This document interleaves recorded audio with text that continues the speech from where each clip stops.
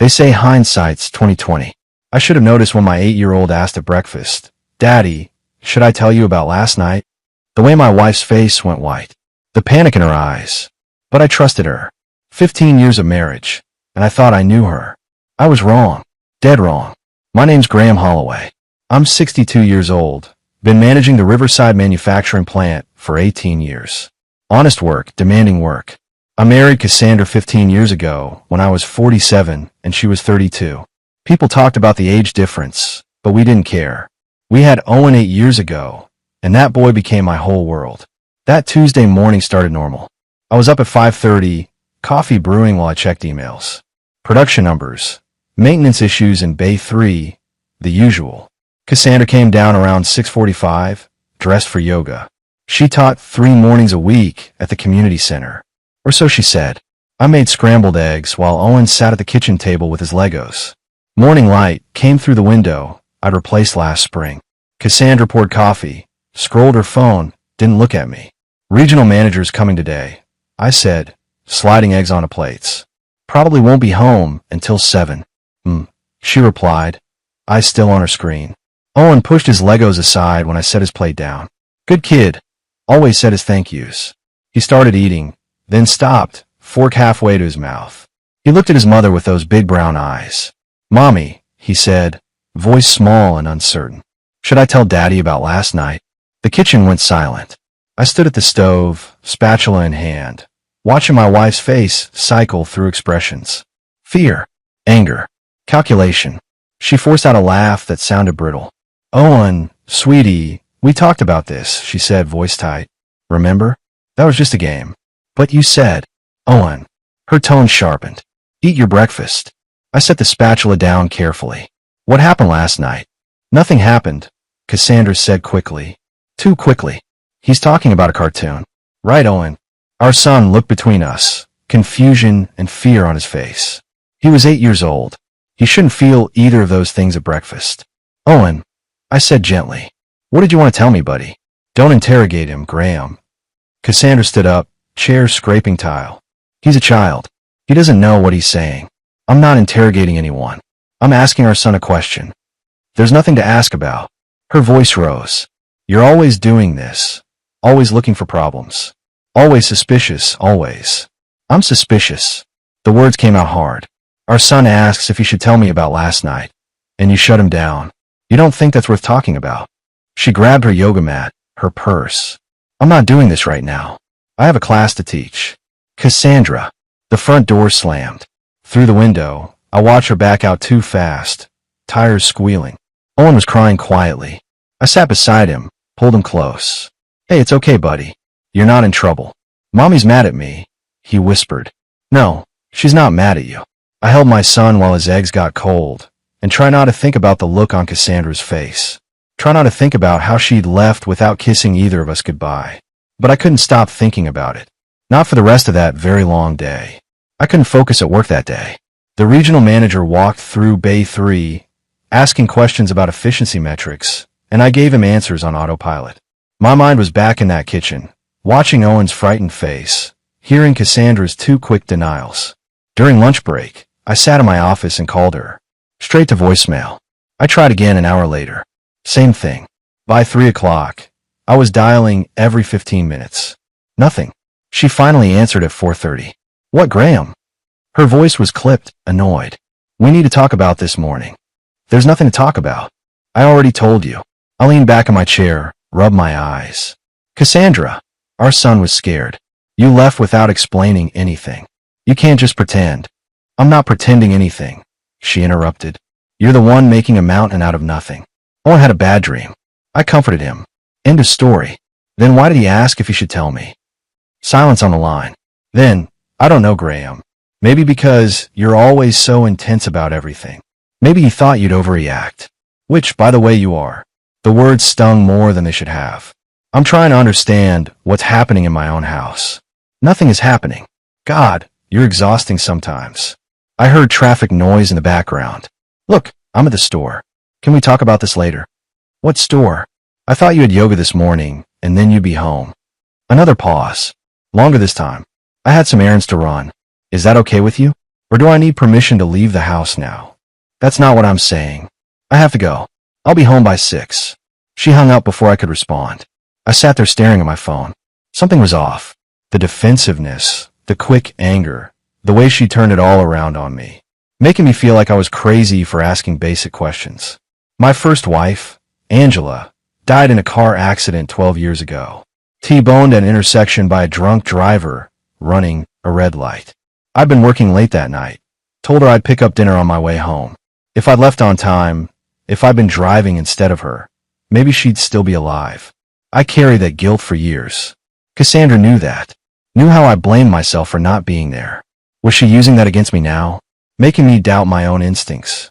I left work at 5, drove home with my knuckles white on the steering wheel. Cassandra's car was in the driveway when I pulled up. Through the kitchen window, I could see her moving around, making dinner like nothing had happened. Owen was in the living room, building a Lego castle. I sat down beside him. "Hey, buddy. How was school?" "Good," he said quietly, not looking up from his blocks. "Want to tell me about it?" He shrugged. We learned about fractions. I waited, giving him space.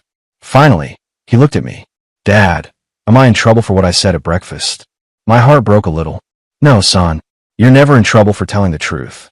Mommy said I shouldn't talk about last night anymore. She said it would upset you." Before I could respond, Cassandra appeared in the doorway. "Dinner's ready," she announced, her smile bright and false. "Come on, you two. I made your favorite, Graham. Pot roast." She walked away, leaving me sitting there with our son and 1,000 unasked questions. Something was definitely wrong, and I was going to find out what. That night, I couldn't sleep.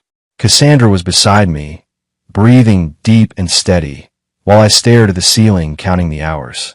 Around 2 a.m., I got up for water, passed through the kitchen, and saw her purse on the counter. She never left her purse out. Never. I stood there in the dark, knowing I shouldn't look, but unable to stop myself. My hand reached out, pulled it open. Wallet, keys, lipstick. Then I saw it. A second phone. Cheap Android with a pink case, tucked in the side pocket. My hand started shaking. I pulled it out, pressed the power button. The screen lit up with notifications. Text messages. Dozens of them. All from a contact labeled. I opened the thread. "Can't wait to see you tomorrow. Usual place. Miss you already. Last night was incredible. When are you going to tell him?" My vision blurred. I scrolled up. Weeks of messages. Months maybe. Plans to meet. Photos I couldn't bring myself to look at closely. References to Owen, to me, to our life together like it was all just an obstacle to work around. I put the phone back exactly where I found it. Went to the bathroom, splashed cold water on my face. Looked at myself in the mirror. 62 years old. Gray hair. Lines around my eyes. When did I become so easy to fool?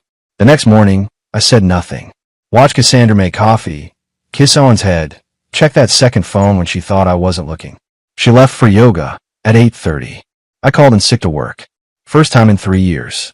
Then I called my younger brother, David. We hadn't spoken in almost 2 years. Not since our mother's funeral when we'd argued about her estate. He'd accused me of manipulating Mom's will, said things that cut deep. But he was a paralegal now, worked for a divorce attorney. If anyone could help me, it was him. Graham. He sounded surprised when he answered. "Everything okay?" "No," I said. "No, it's not. I need your help, David. I think Cassandra is having an affair." Silence on the line. "Then, tell me everything." I did. The phone, the messages, Owen's question at breakfast, all of it. When I finished, David was quiet for a long moment. "I'm coming over," he finally said. "And Graham, I'm sorry for what I said at Mom's funeral. I was drunk and grieving, and I took it out on you. You didn't deserve that." My throat tightened. Water under the bridge. "No, it's not. But we'll fix that later. Right now, we need to protect you and Owen. Don't confront her yet. Don't let on that you know. We need evidence, documentation, everything. Already ahead of you," I said. "I'm taking photos of that phone tonight." "Good man. I'll be there in 2 hours." After we hung up, I went to Owen's school, pulled him out early. Told the secretary it was a family matter. Mrs. Patterson, his teacher, caught me in the hallway. "Mr. Holloway, is everything all right? Owen's been withdrawn lately. Has he said anything to you?" "About home." She hesitated. "He drew a picture in art class yesterday. A house with very thick walls, and a figure he labeled the secret man. I was going to call you. My stomach dropped. Can I see it? She brought it from her classroom. There it was. Our house, drawn in crayon. Owen standing outside.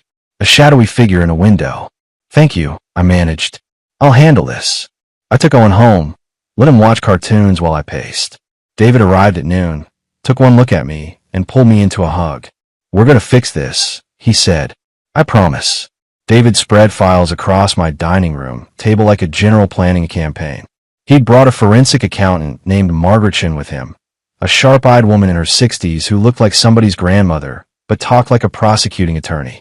First things first, David said. We document everything. That phone, bank accounts, her schedule, everything. Margaret's going to look at your finances. What am I looking for? I asked. Margaret pulled out a laptop. Unusual withdrawals. New accounts. Credit cards you don't know about. If she's having an affair, she's spending money somewhere. I gave her access to our bank records. Within 30 minutes, her expression changed. Mr. Holloway, do you remember taking out a home equity line of credit last March? My blood went cold. No, there's one here. $50,000. Open March 15th. She turned the screen toward me. That's your signature. I stared at the document. It looked like my signature, the same way I signed my name. But March 15th, that was the day of my mother's funeral, I said slowly. I was in Ohio. David, you were there. My brother leaned over, looked at the document. His face went hard. She forged it. That's fraud, Margaret said quietly. Federal fraud, because it crossed state lines. Where did the money go? She pulled up more documents. My hands curled into fists as I saw it. Joint account.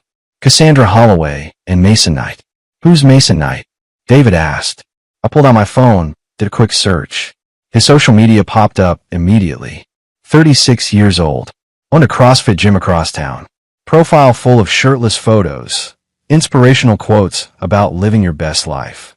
That's where my $50,000 went, I said, voice flat. To fund her boyfriend's failing business. Margaret kept digging. There's more. Cash withdrawals. Hotels. Restaurants. They've spent $43,000 in 8 months. I stood up, walked to the window, tried to breathe. My son's college fund gone. The money I'd worked overtime to build, stolen. Graham, David said carefully. We've got her. Forged signature, embezzlement, fraud. This isn't just divorce territory. This is criminal. Good, I said and meant it. What do we do next? We get Owen evaluated by a child psychologist. Document the emotional impact. We photograph that phone. We find out everything we can about Mason Knight. And then, David's expression was grim. Then we bury her in court. Margaret was still typing. Mr. Holloway, there's something else. She's got another account. Offshore. Cayman Islands. How much? $15,000 so far. And there are airline reservations. 2 tickets to Cabo San Lucas. Departure date is 3 weeks from now. David and I looked at each other. She was going to run, I said. Take the money and disappear. What about Owen? David asked. I don't think he was part of the plan. The room went silent. My wife had stolen from me, lied to me, and was planning to abandon our son. The woman I'd loved for 15 years, who I'd trusted with everything, was a stranger. Let's get to work, I said. I want everything documented. Every lie, every dollar, every message. When we're done, she won't know what hit her. I took Owen to Dr. Sarah Mitchell the next afternoon. David had recommended her, said she specialized in children dealing with family trauma. Her office was warm, filled with toys and books, designed to put kids at ease. Mr. Holloway, I'll speak with Owen alone first, Dr. Mitchell said. Then we'll talk. I sat in the waiting room for 45 minutes, watching the clock. Every minute felt like an hour. Finally, the door opened. Owen came out, went straight to the toy corner without looking at me. Dr. Mitchell gestured me into her office. Your son is carrying significant anxiety, she said, closing the door. He's been placed in a position of keeping adult secrets. That's a form of emotional manipulation, Mr. Holloway. It's damaging. She showed me drawings Owen had made. Houses with thick walls. A figure labeled Dad, standing outside. Another labeled me, inside with bars on the windows. And a shadow figure he'd labeled M. Who's M? I asked, though I already knew. He wouldn't say. But he drew this. She showed me another picture. A car with a woman inside, surrounded by red crayon. He said this is what happens when people don't listen. My blood ran cold. What does that mean? I think he's afraid. Of what exactly, I'm not sure. But Mr. Holloway, this child needs stability. He needs to know at least one parent is a safe harbor. What do you recommend? Primary custody to you. Supervised visitation for the mother until she completes counseling. Owen needs protection from whatever's happening in your home. I left with a formal report in hand. Legal documentation of what Cassandra had done to our son. David was waiting in my truck, saw my face. That bad. Worse. I handed him the report. She's been using him, making him keep her secrets. He's terrified, David. My brother's jaw tightened. We've got her now. Between this and the financial fraud, she won't get anywhere near custody. That night, Cassandra came home late. 10:30. Smelled like expensive cologne that wasn't mine. Where have you been? I asked from the couch. Book club ran long. She didn't even look at me, just headed for the stairs. There's no book club. She froze. Turned slowly. Excuse me. I checked. The community center hasn't hosted a book club in 3 months. The organizer had surgery. Her face shifted through emotions. Are you spying on me now? I'm trying to understand why my wife lies to me. I'm not doing this, Graham. She started up the stairs. I'm tired. I know about Mason. She stopped. Didn't turn around. Just stood there, hand on the railing. I know about the money. The forged signature. The offshore account. All of it. When she faced me, her expression was cold. Hard. Nothing like the woman I'd married. So what are you going to do about it? She asked. You're 62 years old, Graham. Who's going to believe you over me?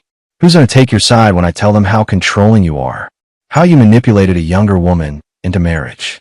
How you use your age and money to keep me trapped? I have proof. She laughed. Actually laughed. Proof of what? That I opened a joint account. That I have a friend? You can't prove anything. We'll see what a judge thinks. Do your worst. She came down 2 steps, got close. But remember, I know things too. About Angela's accident. About how you blame yourself. About your nightmares. I'll make you look unstable, Graham. I'll make sure everyone knows you're a paranoid old man who couldn't satisfy his wife. She went upstairs. I heard the guest room door lock. I sat there in the dark, hands shaking with rage. But I didn't move. Didn't chase her. Because David's words echoed in my head. Desperate people make mistakes. Let her feel confident. Let her think she was winning. The trap was already set. 3 days later, I scheduled a meeting at my house. Told Cassandra her lawyer needed to be there. Told her it was time to discuss terms. She agreed, probably thinking she had the upper hand. David came early, helped me set up. Margaret spread her files across the dining room table. The same table where we'd eaten family dinners for 15 years. Where Owen had done his homework. Where Cassandra had smiled and lied to my face. Mason arrived first. Didn't want to come. You could see it in every line of his body. Kept glancing at the door like he wanted to bolt. His lawyer was young. Expensive suit. Slick back hair. Cassandra came next with her attorney. She looked perfect. Hair and makeup done. Modest dress. Small cross necklace. Playing the victim before anyone even spoke. We all sat. My table. My house. My terms. Cassandra's lawyer started. My client is here in good faith to discuss an amicable separation. Your client forged my signature, I said, cutting him off. Margaret stood, laid out the first document. Home equity loan. Notarized March 15th. Mr. Holloway's signature. Another document. Mr. Holloway's mother's death certificate. March 14th. Another. Plane ticket. Mr. Holloway was in Ohio when this was supposedly signed. We have witnesses. Photos from the funeral. The lawyer's face changed. He turned to Cassandra. Did you know about this? She didn't answer. Margaret continued. Joint account. Cassandra Holloway and Mason Knight. 50,000 deposited. 43,000 withdrawn. Hotels. Restaurants. Cash. And this. She pulled up a photo on her laptop. A boat. Purchased by Mason Knight. Down payment $30,000. Mason's lawyer had his head in his hands. There's more, David said. He pulled out Dr. Mitchell's report. Psychological evaluation of Owen Holloway. States the child has been emotionally manipulated. Forced to keep adult secrets. Shows signs of anxiety and trauma. He spread out Owen's drawings. The houses with walls. The shadow figure. The car surrounded by red. Your client has stolen from her husband and psychologically damaged her child, David said. This isn't divorce court. This is criminal court territory. This is insane, Cassandra said, voice rising. Graham is twisting everything. He's controlling, manipulative. Then explain the offshore account, Margaret interrupted. Cayman Islands. $15,000. And the plane tickets to Mexico. 2 adults. No child. Departure in 10 days. The room went silent. Mason stood up suddenly. I'm done. This is on you, Cassandra. You said he was loaded, that we'd take him for everything. You planned all of it. Sit down. His lawyer snapped. No. She forged his signature. I saw her practicing. She had samples of his handwriting, practiced for weeks. I told her it was wrong, but she said, shut up. Cassandra screamed. Mr. Knight, David said calmly. Keep talking. Mason looked at me. She said you were old and stupid, that you'd never fight back, that we'd get the money and disappear. The boat was supposed to be our start in Mexico. Cassandra was shaking with rage. You coward. You absolute coward. Better a coward than facing federal fraud charges. David leaned forward. Here are our terms. Full custody to Graham. You pay back every penny. $43,000. You find it, borrow it, sell everything you own, or we file criminal charges. Federal embezzlement. Interstate fraud. 10 years minimum. Cassandra's lawyer whispered to her. Long conversation. Her face crumpled. I don't have that much, she finally said. Then you figure it out. You've got 72 hours. Mason was already heading for the door, his lawyer chasing after him. Cassandra looked at me one last time. Graham, please. You stole from our son. You made him afraid in his own home. You forged my name and planned to abandon him. I stood up. Get out of my house. You've got 3 days. She left, her lawyer trailing behind. When they were gone, David put a hand on my shoulder. You did good, brother. I looked at the papers scattered across my table. 15 years of marriage reduced to evidence of fraud. Yeah, I said. Now let's make sure she never hurts Owen again. 2 days after the meeting, a car pulled into my driveway. Eleanor Winters, Cassandra's mother. 70 years old, elegant, steel-spined. I'd always respected her, even liked her. She'd raised Cassandra alone after her husband left when Cassandra was 12. I opened the door. Eleanor stood there with her purse clutched tight, face drawn. Graham, may I come in? Of course. I stepped aside. We sat in the living room.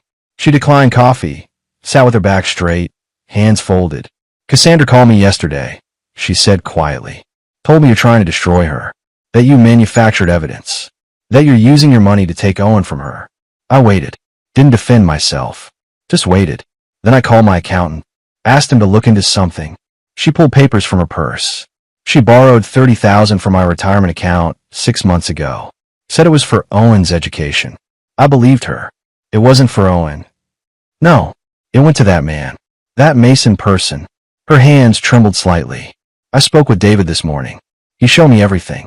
The forged signature. The psychological report on Owen. The offshore account. She looked at me, eyes wet. I raised her better than this. I taught her integrity, honesty. Where did I fail? You didn't fail, Eleanor. She made her own choices. I'm here to apologize. Her voice cracked. For what my daughter has done to you and Owen. And to tell you I'm testifying for you. Whatever you need from me, you have it. Eleanor, you don't have to. Yes, I do. That child is my grandson. And he needs protection, even if it's from his own mother. She stood, composed herself. I'm also calling her loan. She has to pay back the $30,000. I'm not funding her destruction of this family. After she left, I sat there stunned. Even Cassandra's own mother had turned against her. David called an hour later. Did Eleanor come by? Yeah, she's testifying for us. There's more. Mason's gym is being foreclosed. Turns out he owes money to a dozen clients for training packages he never delivered. They're filing complaints. When he realizes he's facing fraud charges on multiple fronts, he'll flip on Cassandra completely. How long? Days. Maybe hours. He's a coward, Graham. He'll save himself first. That night, Cassandra came to the house. Didn't knock, just used her key. I was in the kitchen with Owen, helping with homework. We need to talk, she said. Her eyes were red, makeup smeared. Owen, go upstairs, buddy. But Dad, my math. I'll help you finish in a minute. Go on. He went, looking back once with worry in his eyes. Cassandra sat at the table. My mother called. She's siding with you. I know. Mason's lawyer dropped him. Says he won't represent him anymore. I know that too. She looked at me, really looked at me. How did this happen, Graham? How did we get here? You forged my signature. Stole $50,000. Had an affair. Planned to abandon our son. I kept my voice level. You did this. I made mistakes. Mistakes. I leaned forward. You destroyed our family for a 36-year-old with a failing gym. You traumatized our son. Those aren't mistakes. Those are choices. She started crying. Real tears this time. I'll pay it back. All of it. Just please, don't take Owen from me. You took yourself from Owen the moment you made him keep your secrets. I stood up. You've got 24 hours to accept our terms. After that, we file criminal charges. She left without another word. Upstairs, Owen was sitting on his bed, clutching his stuffed bear. Is Mommy leaving? He asked. Yeah, buddy. But you're staying with me. You're safe. He hugged me tight. Good. I feel safe with you, Dad. That's all I needed to hear. The next afternoon, I got a call from an unknown number. Woman's voice, young, scared. Is this Graham Holloway? Yes. Who's this? My name's Ashley. I'm 23, and I'm pregnant with Mason Knight's baby. My hand tightened on the phone. Go on. I didn't know about your wife. About any of it. Mason told me he was single, that he loved me. Then yesterday his lawyer called me. Said I might be subpoenaed. Her voice shook. I went to the gym to confront him. He admitted everything. Said your wife promised him money to start fresh. That they were planning to leave together. Did he say anything else? He showed me texts. Plans they made. He said if he's going down, she's going down with him. Mr. Holloway, I'm so sorry. I didn't know. It's not your fault, Ashley. But I need you to do something. Will you testify to what Mason told you? Silence. Then, yes. He used me. Used my feelings. I'll tell the truth. I called David immediately. We've got another witness. Mason's pregnant girlfriend. She'll testify. That seals it. Cassandra's done. That evening, Mason called me directly. We need to talk, he said. No cockiness now. Just fear. I'm listening. I'll testify against Cassandra. Everything she planned. Everything she did. I'll give you all the texts, emails, everything. But you need to tell the DA I'm cooperating. Why should I help you? Because I've got proof she planned to frame you. Make it look like you were abusive. She had recordings of arguments, edited to make you sound threatening. She was going to use them to get full custody and then disappear with Owen. My blood went cold. She was going to take my son until I told her it was too risky. That's when we switched to the Mexico plan. He paused. Look, I'm a screw-up. I know that. But I'm not evil. That kid doesn't deserve what she's planning. Send me everything. Tonight. Already done. Check your email. I hung up and opened my laptop. There it was. Hundreds of messages. Audio files. Photos. A complete record of Cassandra's plans to destroy me and take Owen. David came over within the hour. We went through everything. This is bigger than we thought, he said. She wasn't just stealing money. She was planning to destroy your reputation, take Owen, and disappear. If Mason hadn't gotten cold feet, I didn't want to think about it. The next morning, Cassandra's lawyer called. My client accepts your terms. Full custody to you. Supervised visitation. Repayment of all funds. She's borrowing from family to make the first payment. And the psychological counseling. She's agreed to everything. After I hung up, I sat in my office at the plant, looking out at the production floor. 200 people down there, depending on this place for their livelihoods. I'd kept this plant running through recessions, supply chain nightmares, labor disputes. I'd never backed down from a challenge. And I wasn't backing down now. That afternoon, I picked Owen up from school. Mrs. Patterson stopped me. Mr. Holloway, I want to tell you. Owen's been different this week. Happier. More engaged. Whatever you're doing, it's working. Thank you. That means everything. In the car, Owen was humming, playing with his action figure. Dad. Yeah, buddy. When Mommy comes to visit, will you be there? Every time. I promise. Good. He went back to his toy. I love you, Dad. I love you too, son. We drove home through the evening light, and for the first time in weeks, I felt like I could breathe. For months past, Owen thrived. His nightmares stopped. His drawings changed from dark houses to bright skies and smiling stick figures. Dr. Mitchell said he was healing faster than expected. Cassandra's supervised visits happened every other Saturday. for hours at a community center with a social worker present. Owen went willingly, but always seemed relieved to come home. David moved into my guest house. Said he was staying close to help, but I think he just wanted family nearby. We had dinner together most nights, him and me and Owen. Sometimes Eleanor joined us. She'd cut Cassandra out of her life completely, said she couldn't support what her daughter had done. At work, production numbers were up. The regional manager sent a commendation letter. People noticed I was different, lighter somehow. One of my shift supervisors said I smiled more. Mason's gym closed. He filed bankruptcy, moved back to his parents' place 2 states over. Last I heard, he was working construction, paying off debts. Ashley had her baby, a girl. She sent me a photo with a note. Thank you for telling the truth. Eleanor started a college fund for Owen with the $30,000 Cassandra had repaid her. Said it was what the money should have been used for in the first place. One Saturday evening, Owen and I were shooting hoops in the driveway. David came out with beers for us, juice box for Owen. Dad, Uncle David says you're a hero. Owen said, dribbling the ball. I'm not a hero, buddy.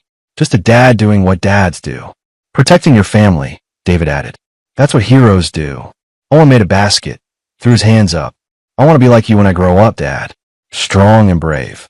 I pulled him into a hug, felt his small arms around my waist. Yeah, I thought, we're going to be okay. 7 months after everything ended, life had found its rhythm. Owen was 8 years old, excelling in school, laughing again. The weight he'd carried was gone.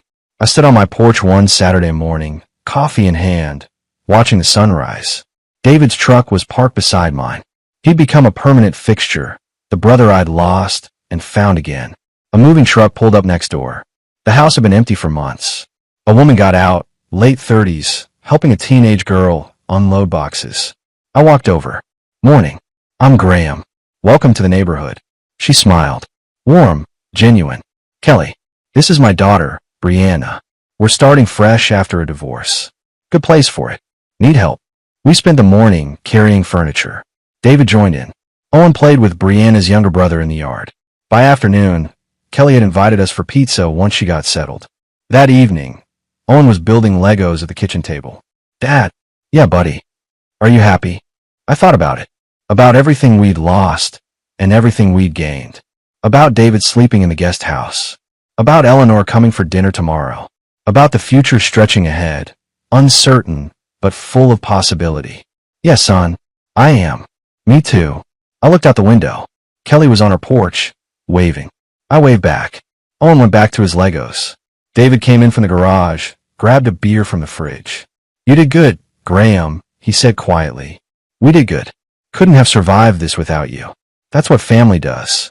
The sun set over the neighborhood, painting everything gold. My house, my son, my brother, my life. All of a hard one. All of it worth fighting for. I'd lost a wife, but kept my integrity. Lost a marriage, but found the truth. Lost my illusions, but gained something real. Owen laughed at something he built. The sound filled the kitchen, pure and unafraid. That sound was everything. That sound was why I fought. And standing there in my home with my family, I knew we were going to be more than okay. We were going to be great.